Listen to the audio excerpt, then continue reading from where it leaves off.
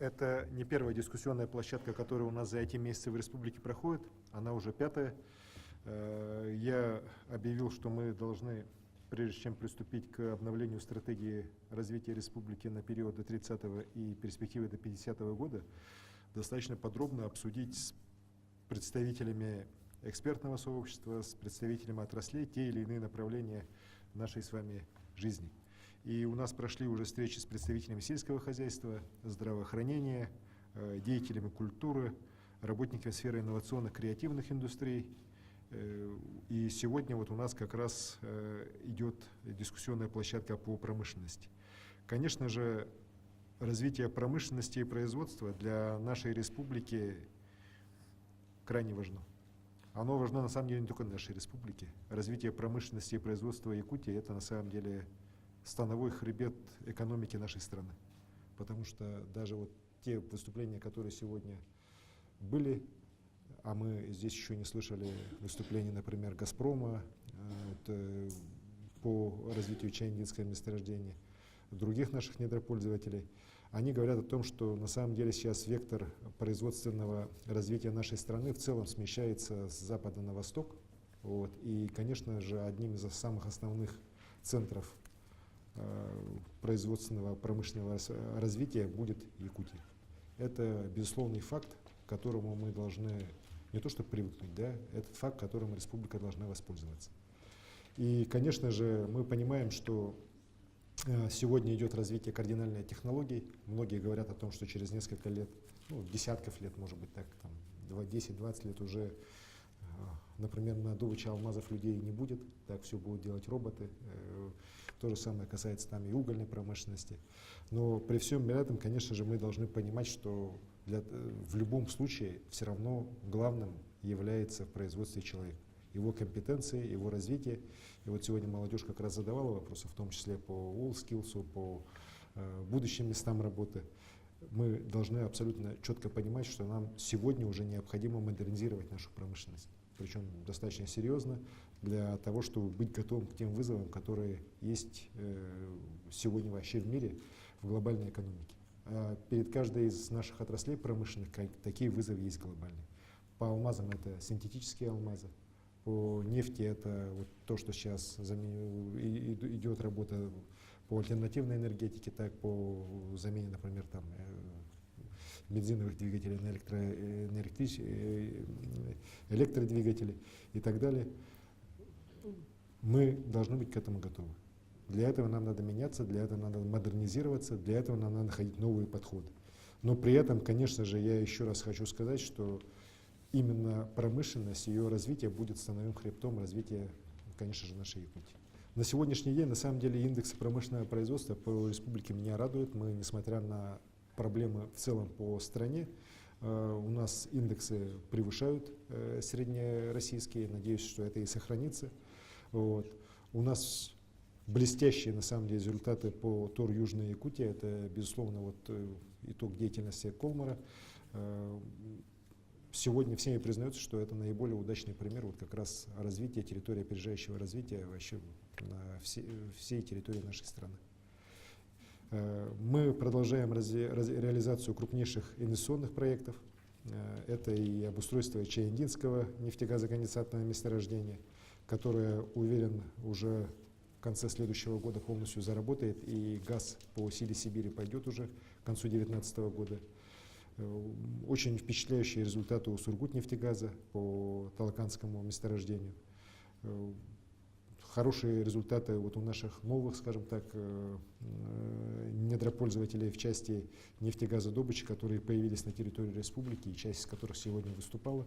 Я вообще считаю, что нам надо будет, Алексей Засимович, где-то в 2019 году в Мирном собраться всем так и обсудить как раз перспективы развития в целом вот этой нашей огромной нефтегазоносной провинции, в том числе и вопросы социально-экономического сотрудничества, вопросы реализации тех или иных проектов дальнейших крупнейшими вот нашими недропользователями в части нефтегазовой промышленности.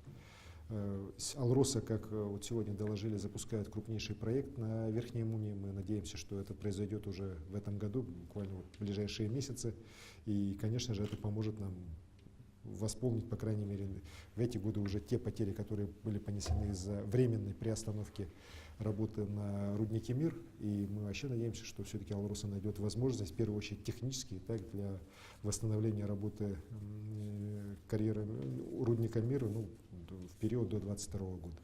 Сегодня очень серьезная работа руководством компании в этом направлении движется. Еще раз хочу сказать, что ключевые принципы развития промышленности республики у нас должны стоять на нескольких таких китах. Это модернизация существующих отраслей, применение новых технологий для развития перерабатывающих производств с выходом на рынки с полноценным высокотехнологичным продуктом. И об этом сегодня мне было приятно слышать в том числе от представителей нефтегазовой промышленности. Это, конечно же, безусловное рациональное природопользование и соблюдение экологических стандартов производства, потому что хрупкость северной якутской природы всем нам хорошо известна, и любое нарушение потом сказывается уже десятилетиями. Детальная проработка новых инвестиционных проектов и их адресное внедрение на территории всей республики. Так, мы за комплексный подход, и сегодня как раз правительство республики в этом направлении серьезную работу с недропользователями ведет.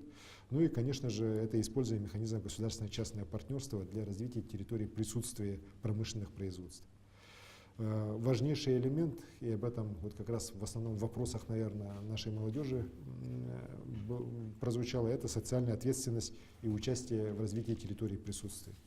Это социально ориентированные проекты, строительство новых объектов инфраструктуры, соблюдение экологических стандартов.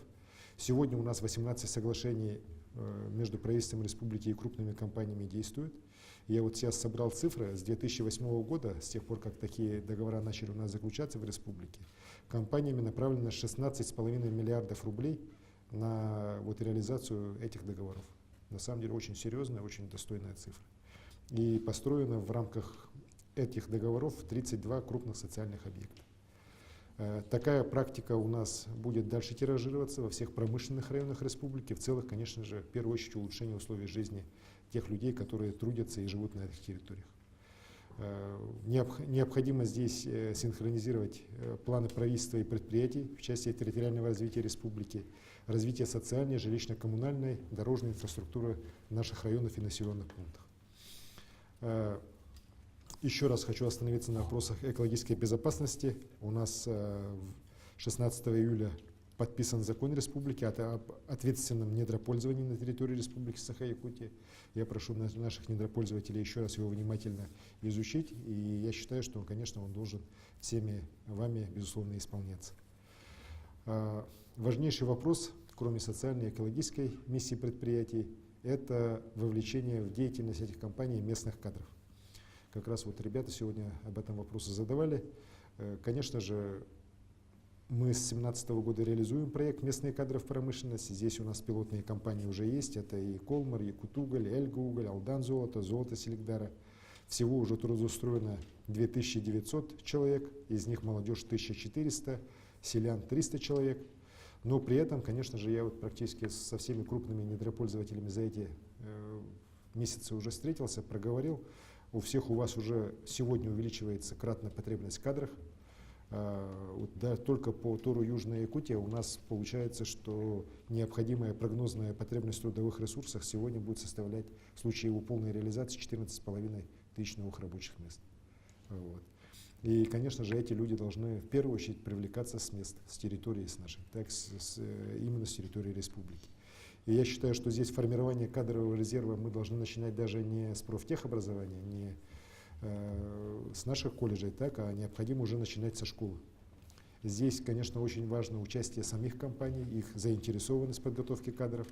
Это и открытие профильных классов, это и участие в оснащении школьных технопарков, мастерских, создание колледжей с современной инфраструктурой на принципах государственно-частного партнерства, создание на базе колледжей и крупных предприятий центров для обучения и переподготовки взрослых людей с учетом потребностей компаний.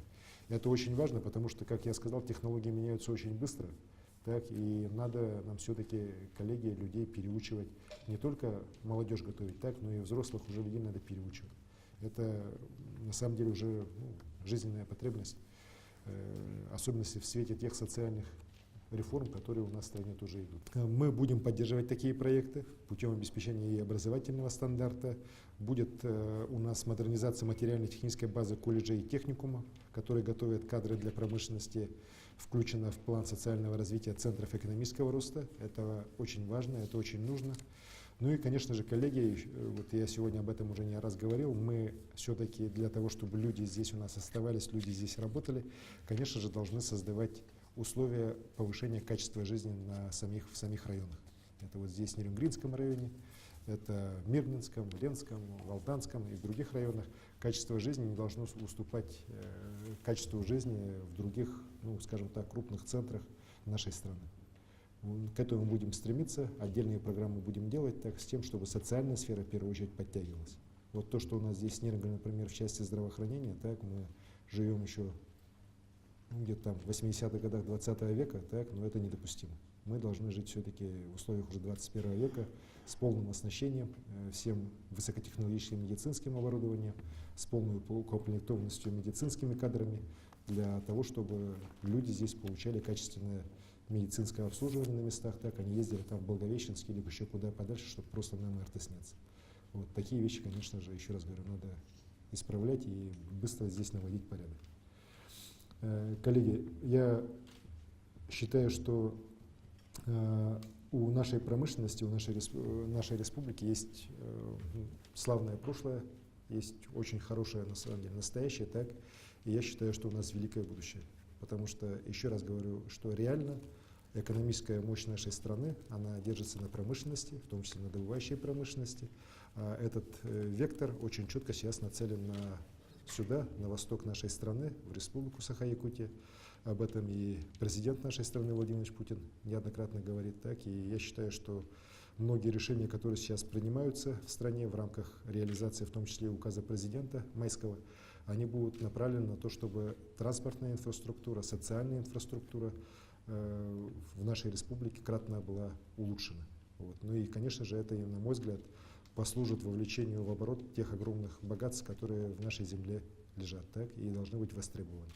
Вот. Ну и здесь, конечно, еще раз говорю, ответственные недропользователи, которые приходят сюда со своими инвестициями, которые привлекают сюда местные кадры, которые относятся бережно к нашей экологии, которые платят здесь достойные налоги, будут пользоваться, безусловно, всегда поддержкой руководства нашей республики. Поэтому всем больших успехов в этом деле, всего самого хорошего, большое спасибо.